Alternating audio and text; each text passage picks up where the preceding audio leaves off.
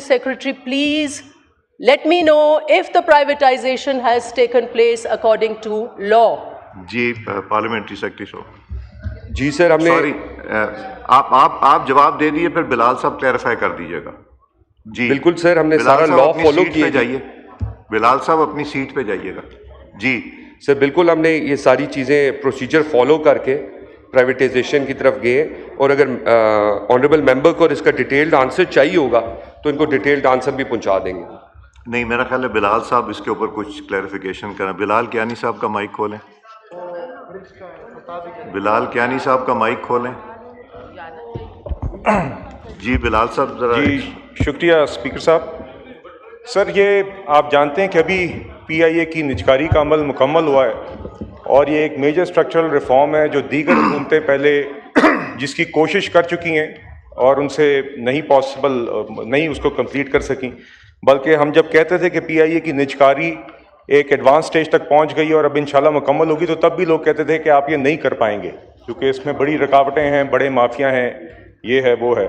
मगर अल्हम्दुलिल्लाह सर, आपने देखा कि ये निजकारी का अमल मुकम्मल भी हुआ, एक साफ शफाफ तरीके से हुआ। और जो ऑनरेबल मेंबर का सवाल है regarding it's compliance with the law, तो सर ये यकीन दहानी हम हाउस को करा सकते हैं कि बिल्कुल in accordance with the law and the constitution हुआ है सर। इसके जो मुतलका फोरम्स हैं उनके थ्रू हुआ है इसका sir. The process of privatization is governed by the privatization commission ordinance, जिसके अंदर प्राइवेटाइजेशन कमीशन को पहले कैबिनेट अप्रूवल देती है through the cabinet committee on privatisation के कौन सी एंटिटीज प्राइवेटाइजेशन लिस्ट पर हैं।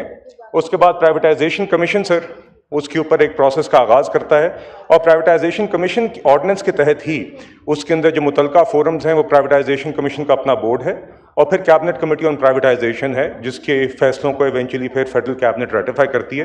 तो इस ट्रांजैक्शन के मुख्तलिफ मराहिल पर प्राइवेटाइजेशन कमीशन के बोर्ड पर जो अप्रूवल्स जाने थे वो वहाँ पर भी गए, जो कैबिनेट कमेटी ऑन प्राइवेटाइजेशन पर जाने थे वो वहाँ पर भी गए, चाहे वो फाइनेंशियल एडवाइज़र की अपॉइंटमेंट का मामला था, चाहे वो ट्रांजैक्शन स्ट्रक्चर के अप्रूवल का मामला था, चाहे वो ड्यू डिलिजेंस की रिपोर्ट्स थी, चाहे वो आखिर में बिडिंग प्रोसेस का मामला था। वो सारे मामला जो हैं सर वो वहाँ पर गए थे। मैं खुद भी कैबिनेट कमेटी ऑन प्राइवेटाइजेशन का मेंबर हूँ। आखिर में सर आपने देखा कि जब बिडिंग हुई तो प्राइम मिनिस्टर साहब ने पर्सनली हदायत ये दी थी कि to ensure transparency and competition ये लाइव टेलीवाइज होनी चाहिए, और पूरी कौम ने देखा कि किस तरह एक ट्रांसपेरेंट प्रोसेस के तहत पीआईए की बिडिंग हुई। दो पार्टीज़ थीं जिन्होंने इस पे बिडिंग की जो प्री क्वालिफाइड थीं, और आपके सामने एक साफ शफाफ तरीके से ये प्रोसेस हुआ और उसकी प्राइवेटाइजेशन अल्हम्दुलिल्लाह मुकम्मल हुई। हम उम्मीद करते हैं इंशाल्लाह जब इस ट्रांजैक्शन का फाइनेंशियल क्लोज होगा तो प्राइवेट सेक्टर मैनेजमेंट में जाके ना सिर्फ ये इसकी सर्विस डिलीवरी बेहतर होगी बल्कि माली तौर पर भी ये नेशनल एक्सचेकर में कंट्रीब्यूटर बनेगी इंशाल्लाह। जी आगा रफ़ीउल्लाह साहब सप्लीमेंट्री।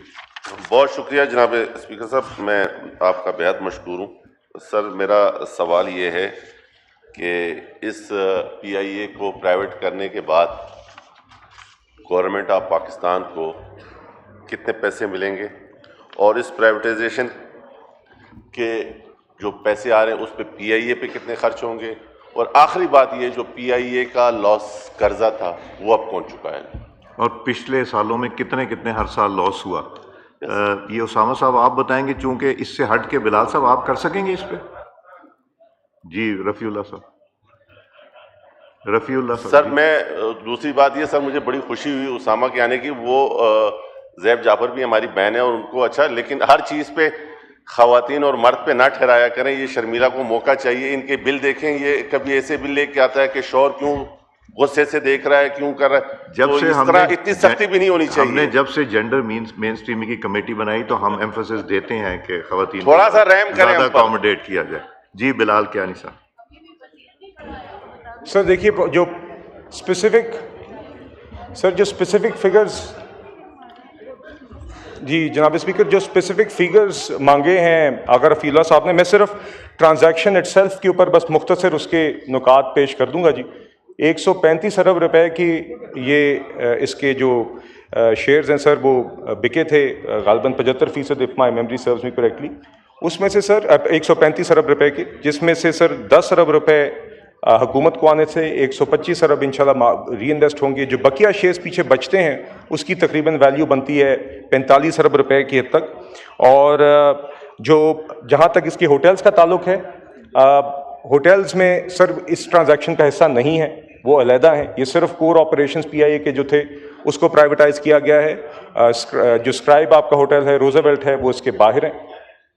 नहीं, लाइबिलिटीज़ के जी कुछ हिस्सा उसको कार्व आउट किया गया है और कुछ हिस्सा इसका हिस्सा है। और इन सब चीज़ों को मद्देनज़र रखते हुए ही सर, इन सारी चीज़ों को, इन सारे फैक्टर्स को मद्देनज़र रखते हुए ही ये प्राइवेटाइजेशन का अमल हुआ। इसकी एक वैल्यूएशन हुई और फिर 2 प्राइवेट पार्टीज़ ने इसके ऊपर बाकायदा आवाम के सामने बोली लगाई और जो मैक्सिमम पॉसिबल प्राइस थी, जिसके अंदर नेशनल एक्सचेकर को भी मैक्सिमम रकम वसूल हो सकती है, मैक्सिमम वैल्यू मिल सकती है शेयर्स के लिए, वो भी वसूल की गई। और जो री इन्वेस्टमेंट PIA को दरकार थी आगे अपने पाँव पर खड़े होने के लिए, फ्लीट बढ़ाने के लिए और आगे सर्विस डिलीवरी फराहम करने के लिए, वो भी इसमें इंश्योर की गई है सर। शुक्रिया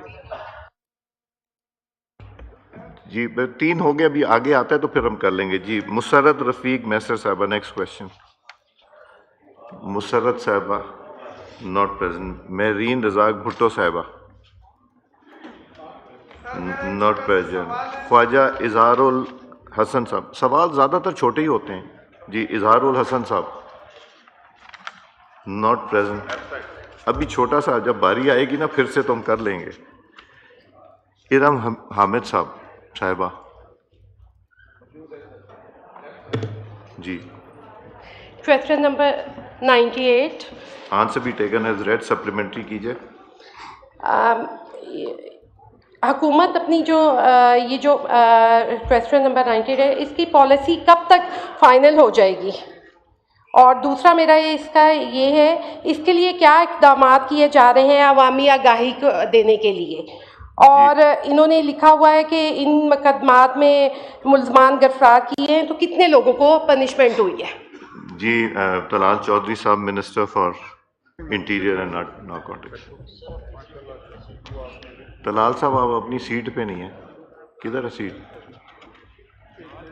अभी इधर खोल दें, बाकी इनकी सीट इनको बता दीजिए, खोल दें जी। Sir thank you very much. Sir NCCI जो है सर, आप जानते हैं कि रिसेंटली ये नया दायरा बनाया गया साइबर क्राइम के हवाले से सर। इसमें इसको रीफॉर्म करने के लिए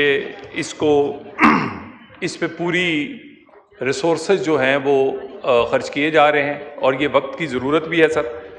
जो क्वेश्चन था सर वो तो एग्जैक्टली था कि जो शिकायत 2025 में हैं वो कितनी हैं, गिरफ्तारियां कितनी हुई हैं, तो उसके एग्जैक्ट नंबर सर वो ऑलरेडी इसमें दिए गए हैं कि 2025 में तकरीबन जब ये क्वेश्चन आया है तो 1,50,000 शिकायत आई थी जी। उसमें जो फाइनेंशियल फ्रॉड है वो 82,000 के करीब थी। इसी तरह व्हाट्सएप हैकिंग की जो शिकायत थी वो 3,000 की थी। इसमें मुल्ज़मान गिरफ्तार और इसके जो मुकदमात हैं वो अभी ज़ेरे समात हैं। 2025 के कोई केसेस में अभी कोई सज़ा नहीं हुई सर जी। नईमा किशवर खान साहबा, सप्लीमेंट्री। शुक्रिया जनाब स्पीकर साहब। जनाब स्पीकर साहब, ये बार बार ये क्वेश्चन इस हाउस में भी उठा जा रहा है कि व्हाट्सएप हैकिंग अब मामूल बन चुका है। हमारे बहुत सारे मेंबरान्स के भी हुए हैं और हमारे अपने ग्रुप्स में होते हैं कि वो हमें मैसेज आता है कि फ़लाँ मेंबर का हो गया, फ़लाँ का हो गया और हमसे पैसे मांगे जाते हैं। ये एक आम मामूल बन चुका है, तो इसको काबू पाने के लिए क्या करें? दूसरा, अब तो एक नया चीज़ शुरू हो गया। रोज़ मुझे भी तकरीबन 5-6 फ़ोन आए हैं कि आपका पार्सल है, ये नंबर आप उसको वो करें, दोबारा हमें सेंड करें और हम आपके इस एड्रेस पे करें। तो ये 3-4 दफ़ा मुझे भी आई। मैंने कहा ज़्यादा चालाकी ना देखो, पार्सल भेजना है तो भेज दो वरना ना भेजो। तो ये चीज़ें आम हो रही, तो इस पे काबू पाने के लिए, क्योंकि आम लोगों को बड़े मसाइल इससे हो रहे, तो उससे क्या किया जाए कि इसके लिए, और ख़ासकर जो ये व्हाट्सएप हैकिंग है ये एजुकेशन डिपार्टमेंट और ये बड़े जो डिपार्टमेंट में उसमें बहुत ज़्यादा हो रही है, तो इसके लिए क्या करें?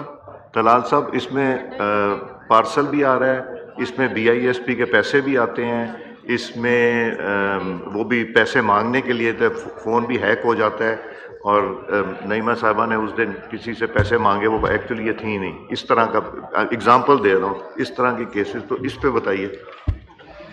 सर जनाब स्पीकर, जो व्हाट्सएप हैकिंग है सर, उसकी वजह तो इन्होंने एक अपनी सेटिंग्स जो उसकी फीचर्स हैं उसमें तब्दीली की थी, जिसकी वजह से ये हैकिंग काफ़ी बढ़ गई थी और इसकी शिकायत भी इसीलिए बहुत ज़्यादा हुई हैं। अब दोबारा से व्हाट्सएप ने अपने फीचर्स में वो सिक्योरिटी फीचर ऐड किया है, जिसकी वजह से ये शिकायत या इसमें कमी आई है। और सर इसमें अवेयरनेस तो यकीनन हमारा भी एक हम अवेयरनेस, हम लेक्चर्स अपना ऑनलाइन इस पे बहुत सारी डिलीवरी होती रहती हैं, लेकिन इसमें सर खुद से